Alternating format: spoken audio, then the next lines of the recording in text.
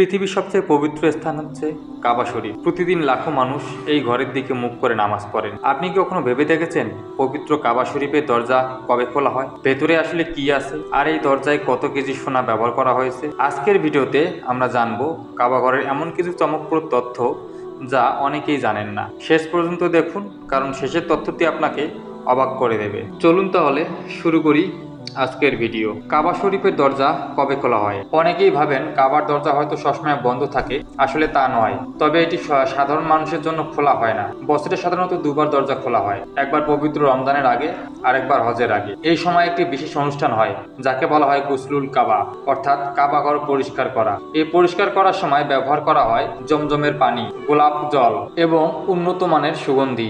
বিশেষ অতিথি, আলেম, সৌদি রাজ পরিবারের সদস্যরা এই অনুষ্ঠানে অংশগ্রহণ করেন। কাবাঘর দরজা নির্মাণের ইতিহাস।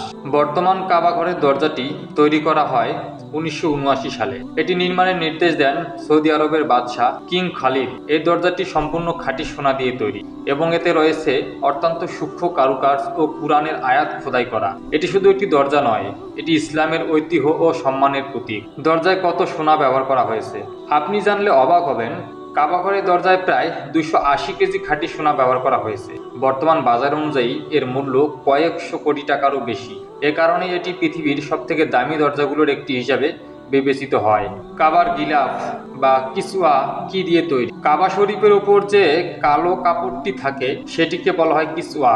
এটি তৈরি হয় উচ্চমানের কালো সিল্ক দিয়ে। এর ওপর খাঁটি সোনা ও রূপার সুতা দিয়ে কুরআনের আয়াত সূচিকর্ম করা হয়। এই কিসওয়া তৈরি করা হয় বিশেষ কারখানায়, যা অবস্থিত মক্কায়। প্রতি বছর নতুন কিসওয়া বানাতে খরচ হয় প্রায় 20 মিলিয়ন সৌদি রিয়াল, যা বাংলাদেশি টাকায় কয়েকশো কোটি টাকারও বেশি। প্রতি বছর হজের সময় পুরনো কিসওয়া পরিবর্তন করে নতুনটি পরানো হয়। এখন আপনি জানতে পারবেন সবথেকে গুরুত্বপূর্ণ বিষয়টি, কাবা ঘরের ভেতরে আসলে কি আছে। এটাই সবথেকে কৌতূহলের বিষয়। অনেকে মনে করেন ভেতরে হয়তো অনেক ধন সম্পদ বা রহস্যময় কিছু আছে, কিন্তু বাস্তবতা অনেক সহজ এবং পবিত্র। ভেতরে রয়েছে 3টি কাঠের স্তম্ভ যা ছাদকে ধরে রেখেছে। মেঝে ও দেয়াল মার্বেল পাথরের তৈরি। ঝুলানো রয়েছে কিছু সুন্দর স্ল্যাম, সুগন্ধি রাখার বিশেষ স্থান আছে। দেয়ালের ভেতরে কিছু ঐতিহাসিক চিহ্ন ও স্মৃতিচিহ্ন রয়েছে, কিন্তু কোনো আসবাবপত্র বা ধন সম্পদ নেই। এই সরলতাই কাবা শরীফের সবথেকে বড় সৌন্দর্য, যা মুসলিমদের মনের বিনয় ও আল্লাহর প্রতি ভালোবাসা জাগিয়ে তোলে। অতিরিক্ত কিছু অবাক করা তথ্য। কাবা ঘরের উচ্চতা প্রায় 13.1 মিটার। দরজাটি মাটি থেকে প্রায় 2.13 মিটার উপরে স্থাপন করা। কাবাঘর প্রথম নির্মাণ করেছেন হযরত ইব্রাহিম আলাইহিস সালাম ও তার পুত্র হযরত ইসমাইল আলাইহিস সালাম। কাবাঘরের এক কোণায় রয়েছে বিখ্যাত হাজর আল আসওয়াদ। আজকের ভিডিওটি যদি আপনার ভালো লেগে থাকে তাহলে অবশ্যই লাইক দিন। কমেন্ট করে জানান এই তথ্যগুলোর মধ্যে কোনটি আপনার সবথেকে অবাক লেগেছে। আর এমন ইসলামিক ইতিহাস ও রহস্য জানতে আমাদের চ্যানেলটি সাবস্ক্রাইব করুন।